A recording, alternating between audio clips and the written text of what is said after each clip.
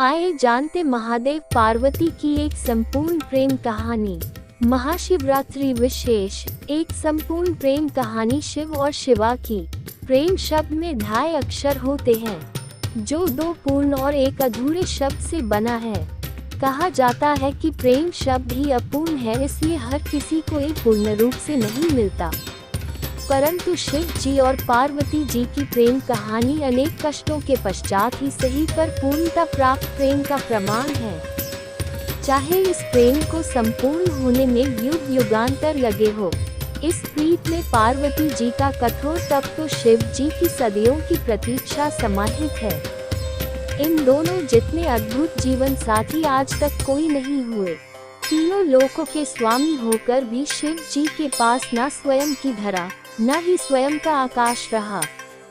बस प्रकृति की गोद में बसा कैलाश पर्वत ही उनका निवास स्थान हुआ। और दूसरी ओर पार्वती जी हर जन्म में राजकुमारी या बड़े घर की कन्या हुई।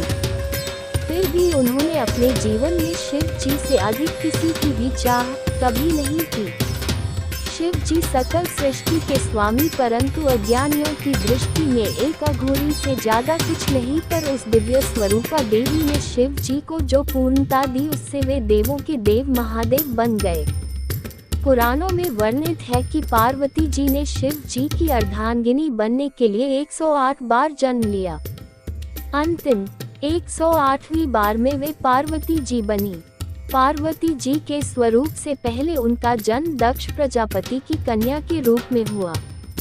तब उस जन्म में भी उन्होंने प्रेम से वशीभूत होकर शिव संग प्रेम विवाह किया। परंतु उनके पिता प्रजापति की इच्छा रही थी कि सती विष्णु जी को वरण करें, ताकि वे सब प्रकार के वैभवों से युक्त व प्रसन्न रहे। पर सती तैयार न हुई, बल्कि उन्होंने घोषणा कर दी कि मेरा वास्तविक सुख तो महादेव में निहित है। सती रूप ने शिव जी की भक्ति की और दृढ़ता से उन्हें पति के रूप में पाया। इसी बात से दक्ष प्रजापति शिव जी के विरोधी बन गए और अपना सबसे बड़ा शत्रु अपने ही जमाता अर्थात शिव जी को मान लिया। शिव जी को तुच्छ दर्शाने के लिए दक्ष ने एक महायज्ञ का आयोजन किया, जिसमें सभी देवी देवता, यक्ष, किन्नर, साधु, संत, ऋषि, मुनियों को बुलाया गया।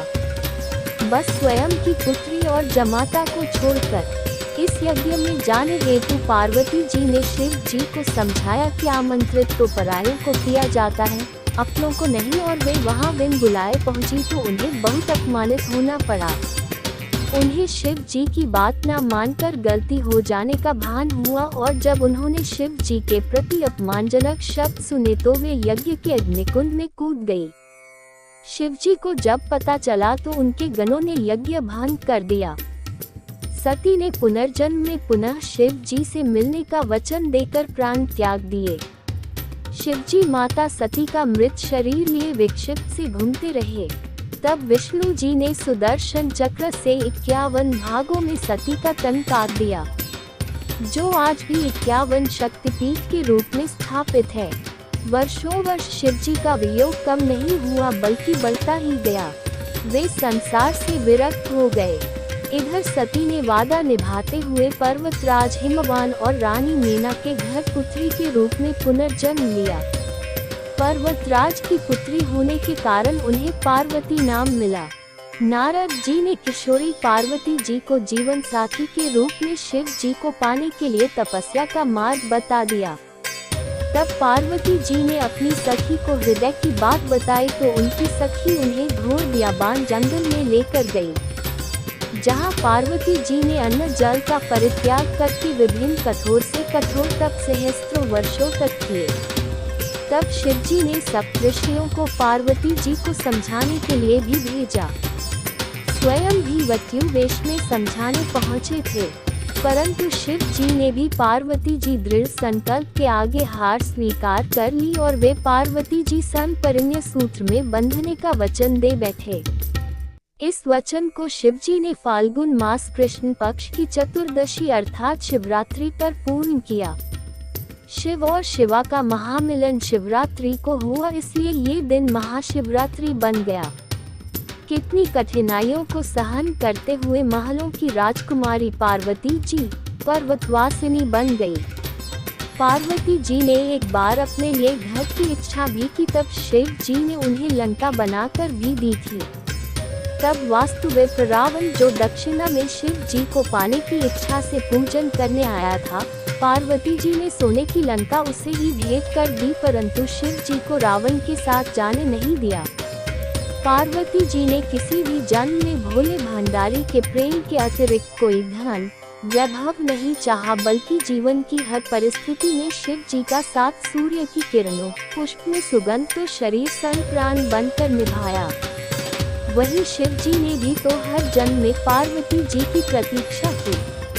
शिव जी जो गले में मुंडमाला पहनते हैं, वो पार्वती के हर एक जन्म का ही तो प्रतीक है, जिसे वे हृदय से लगाए रखते हैं।